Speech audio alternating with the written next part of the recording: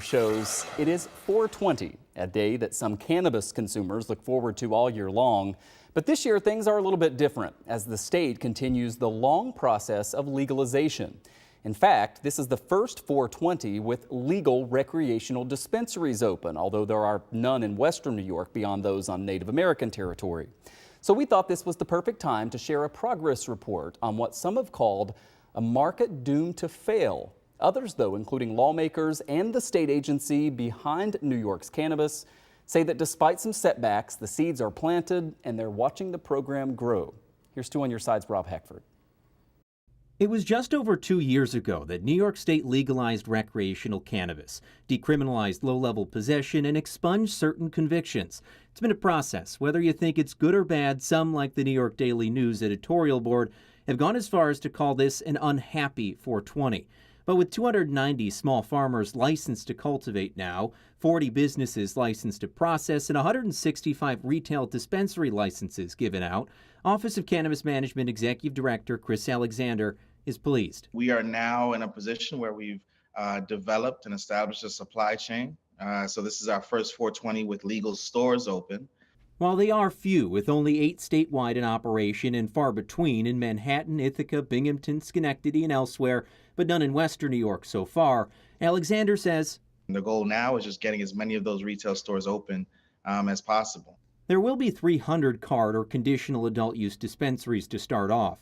4 Western New Yorkers received their licenses last month, and while Aaron Van Camp, who is one of them, says he has had a location picked out and is working on a lease, it's proven challenging getting something rock solid to announce. When he does, the illicit market will be his main competition. I asked Alexander, could that be a barrier to success? You know, we haven't heard the phrasing that they're a barrier per se. I think that there's definitely an acknowledgement that the illicit shops are creating confusion amongst consumers and are taking up, some space. That's one of the reasons the state launched a Buy Legal campaign this week, focused on supporting local farmers and eventually, in Western New York, legal operators, a market the state plans to protect with more enforcement as well down the line. We did a lot of education at the onset, trying to get them to close down themselves and not wanting to, continue with the heavy hand of previous prohibition practices. But we're at a point now where they've been warned, they've been reminded, and now we're taking all their products and eventually we'll have their doors closed as well and heavy financial penalties levied on them.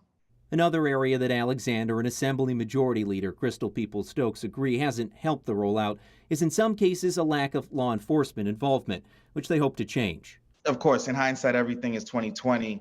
There's been a lot of education done also on the law enforcement side, and maybe some of that could have been done long before we got to this point.